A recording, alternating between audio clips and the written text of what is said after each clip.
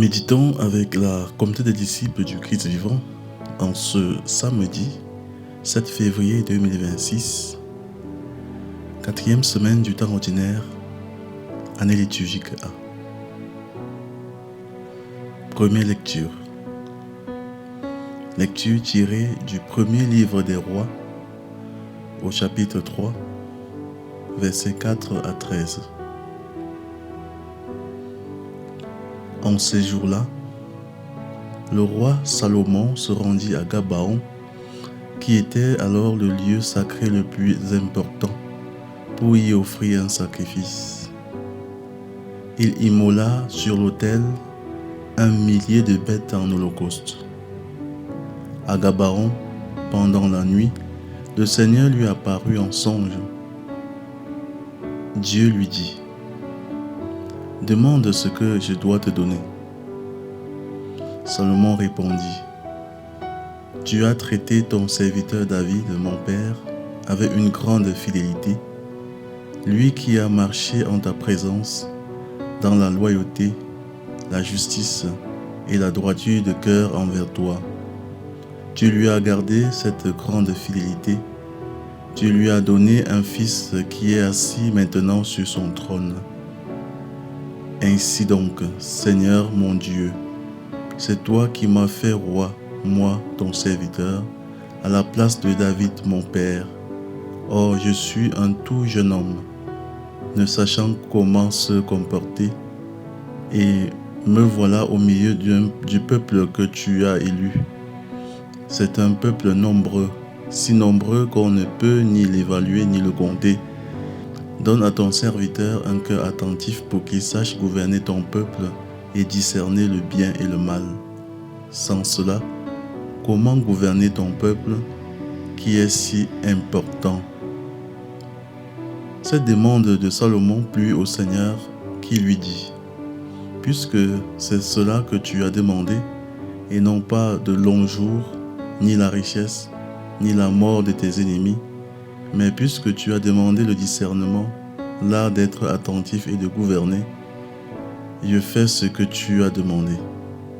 Je te donne un cœur intelligent et sage, tel que personne n'en a eu avant toi et que personne n'en aura après toi. De plus, je te donne même ce que tu n'as pas demandé, la richesse et la gloire, si bien que pendant toute ta vie, tu n'auras pas d'égal parmi les rois. » Parole du Seigneur. Méditation. Peut-on être un bon gouvernant sans Dieu? Bien-aimés dans le Seigneur, que Dieu soit loué en tout temps. En ce samedi de la 4e semaine du temps ordinaire, année liturgique A, la première lecture nous enseigne ce qui caractérise un bon gouvernant. Salomon, tout jeune roi, demande à Dieu non pas la richesse ou la victoire sur ses ennemis, mais un cœur attentif, un esprit de discernement, afin de bien gouverner le peuple et de distinguer le bien du mal. Cette demande plaît à Dieu. Dieu lui accorde une sagesse incomparable et il lui donne même en plus la gloire et la richesse. Nous comprenons alors ceci.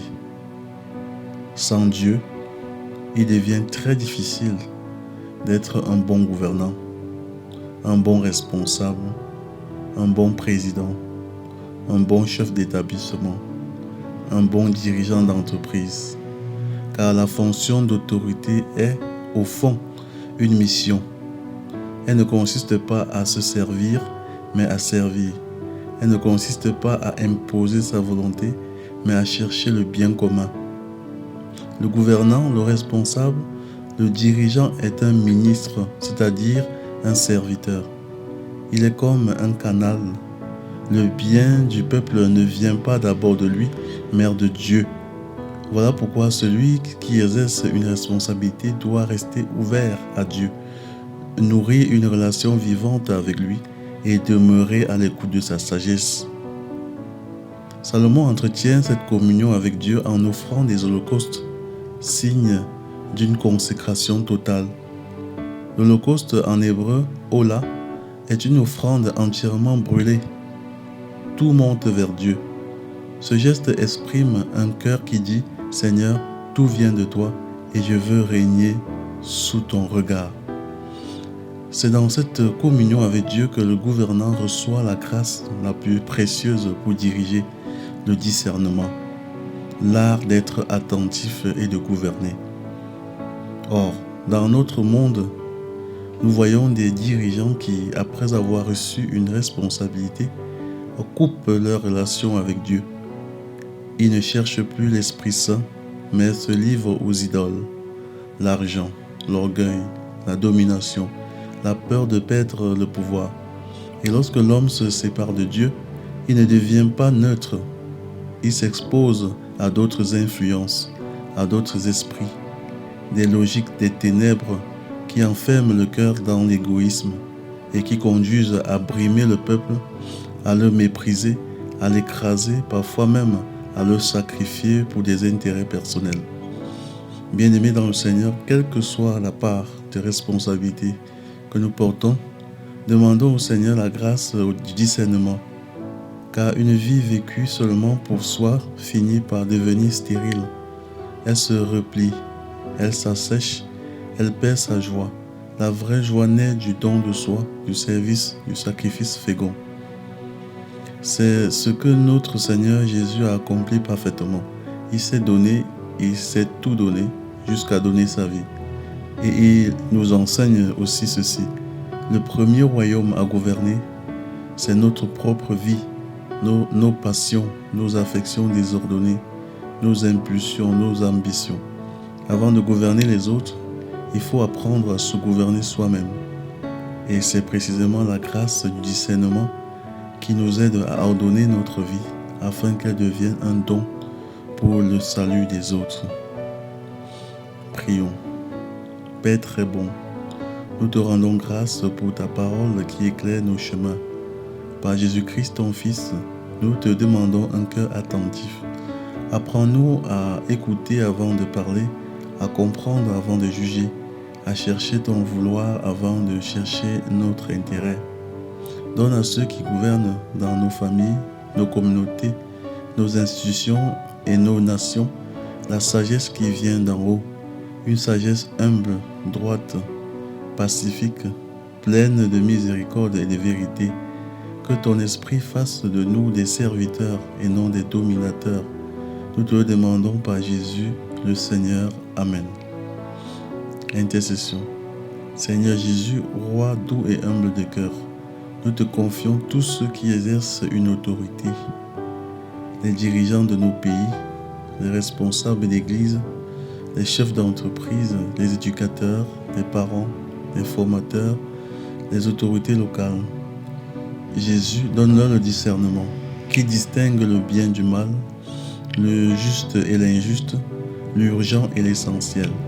Délivre-les des idoles du pouvoir, de l'argent et de la vanité et de la peur. Brise en eux toute dureté de cœur, toute tentation d'opprimer, de manipuler, de mépriser.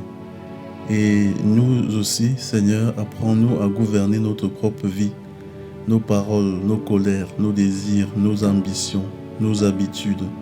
Fais de nous des hommes et des femmes qui servent, qui construisent, qui relèvent. Toi qui vis et règnes pour les siècles des siècles. Amen. Exercice spirituel. L'exercice du cœur attentif.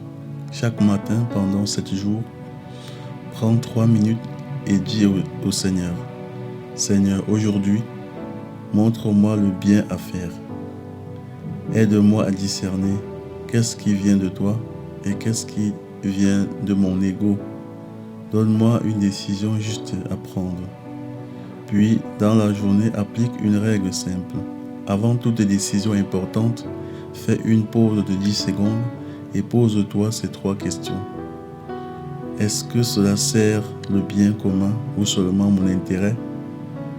Est-ce que cela me rend plus humble et plus vrai? Est-ce que je pourrais poser ce choix devant Dieu sans honte? Le soir, fais un mini-examen. Où ai-je gouverné avec sagesse aujourd'hui? Où ai-je été dominé par mon ego? Quelle correction concrète je prends pour demain? Loué soit Jésus-Christ à jamais.